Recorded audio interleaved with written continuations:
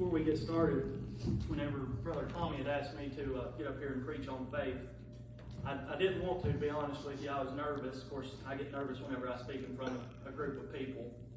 But then I asked myself, how can I say that I have faith if I won't get up here and talk about it? Bless you. So let's go to Hebrews chapter 11, verse 1 to talk about what is faith. Now, faith is the substance of things hoped for, the evidence of things not seen. This is important to me because without faith, you can't please God. Faith is one of the main things that we use because we can't see Him, but we have to believe that He is there. In Hebrews chapter 11, y'all can just listen to me because I'm probably going to skip around on verses here a lot. But It's all right. in Hebrews chapter 11, verse 6, it says, "But without faith it is impossible to please Him, for he who comes to God must believe that He is, and that He is a rewarder of those who diligently seek Him." My next question would be, is it actually hard to have faith in God? Because to me, it isn't, but to somebody who isn't a Christian and who doesn't believe, it can seem hard to have faith. And I'm going to go to Matthew 17:20 for this.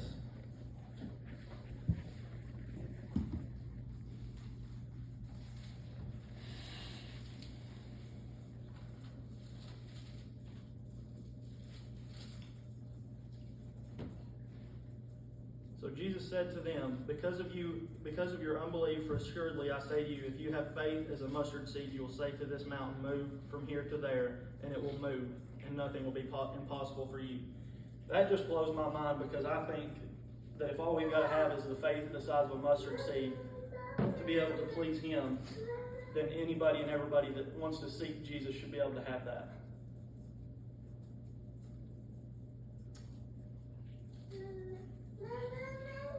And one thing that whenever I was researching through the Bible on faith, is I'm just as guilty as everybody in here for sometimes putting more faith into worldly things than I do into being a Christian, such as, for one of them, for me, would be playing sports. I put a lot of faith into that, sometimes more than what I should have, especially more times than not for being a Christian, such as sometimes I'd play sports and I wouldn't be here on Sundays when I should have been. And then why is having faith so important was one of my next questions. And then that'll be in 2 Timothy is where I'm going to now.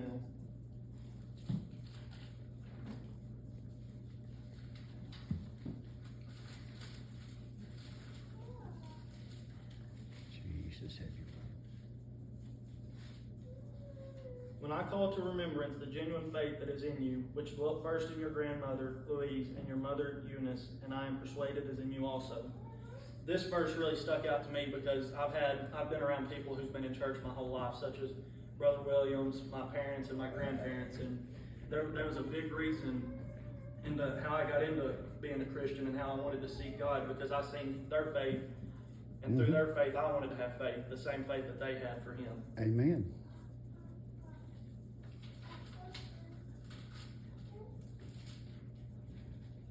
I'm going to go to Romans chapter 1, verse 17.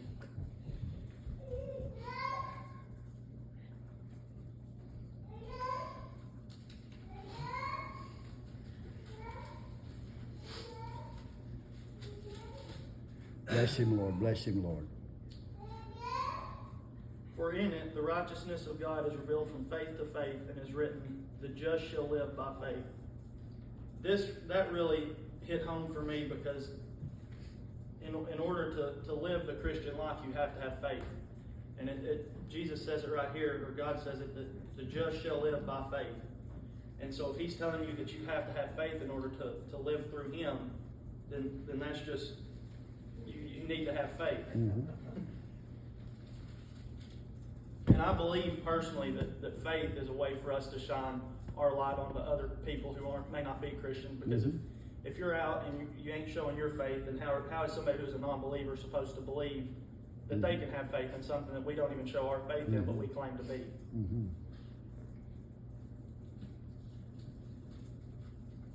And an interesting story, which we had talked about it downstairs, that we talked about having faith, would be Abraham willing to sacrifice his son Isaac because God asked him to. that's about as much faith as you can have, because I know for like mom and dad, I'm sure they wouldn't want to take us out and have us sacrifice just because God asked us to have faith in Him. And so I thought that was a really interesting story, because that's the definition of having a lot of faith right there. Mm-hmm. And then in closing, I know I haven't talked long, but in closing, if we can put as much faith into the worldly things as we do, if we can put that much faith into worldly things, can we not just go the extra mile and put a little bit of faith into God? Mm-hmm. Amen. I mean, if you think about it, we do use faith every single day in everyday situations, such as we trusted our vehicles to get us here today. Mm-hmm. And we trust that our TVs and phones are going to tell us the correct news and weather. So if we can trust those things, surely to goodness we can trust God's going to provide for us and show us the way. Mm-hmm. Amen. I'm finished.